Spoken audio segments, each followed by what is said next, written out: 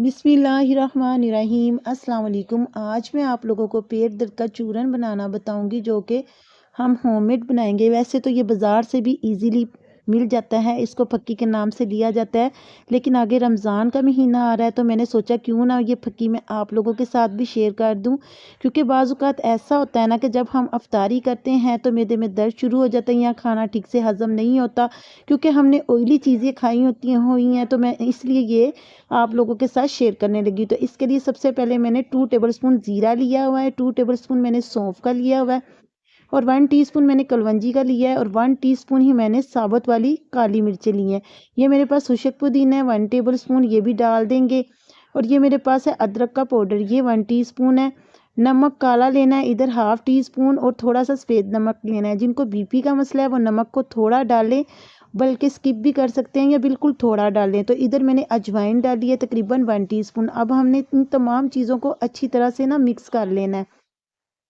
अब हमने क्या करना है कि इसको ना हमने ग्राइंड करके इसका बारीक पाउडर बना लेना है। आप लोगों ने अक्सर देखा होगा कि ये जो फक्की की शीशी है ना, हमें बाज़ार से इजीली मिल जाती है।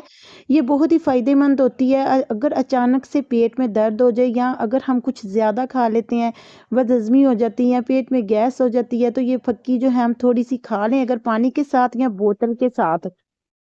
अच्छा जी, अब हम इसको ना ग्राइंड कर लेते हैं। इसमें ग्राइंडर में डालने के बाद, तो जब तक मैं इसको ग्राइंड करके इसका पाउडर बना रही हूँ, तो आप जल्दी से वीडियो को लाइक कर दें और ज़्यादा से ज़्यादा शेयर कर दें, क्योंकि इसमें आपको भी नेकी मिलेगी, स्वाब मिलेगा। क्योंकि अगर कोई रोज़ा खोल के बीमार हो जाता है, खुदा ना खास्ता, तो ये जो है फक्की सिर्फ़ और सिर्फ 1 टीस्पून खानी है बोतल के साथ या पानी के साथ, तो उसी टाइम पेट दर्द का आराम आ जाएगा। इसको आप रेगुलर भी खा सकते हैं।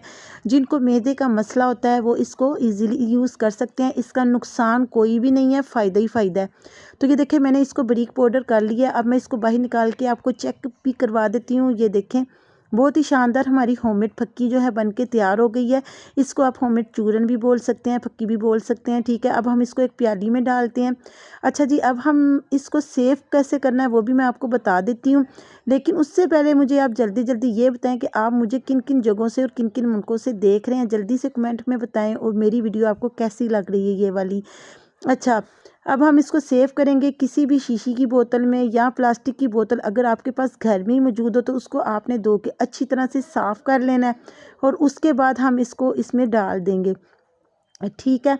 अब हमने क्या करना है कि ये डाल के इसको महफूज कर लेना, चाहे महीनों भी पड़ी रही है, ख़राब बिल्कुल भी नहीं होगी और आप इसको यूज़ कर सकते हैं ईजीली। तो ये देखें, इसको फ्रिज में भी रखने की ज़रूरत नहीं है, जहाँ पे मर्ज़ी इसको रख लें। तो उम्मीद करती हूँ कि आज की वीडियो आपको ज़रूर पसंद आई होगी। अगर पसंद आई है तो इसको लाइक ज़रूर करें। तो मिलते हैं न्यू वीडियो में। अब इजाज़त दीजिए, अल्लाह हाफिज़।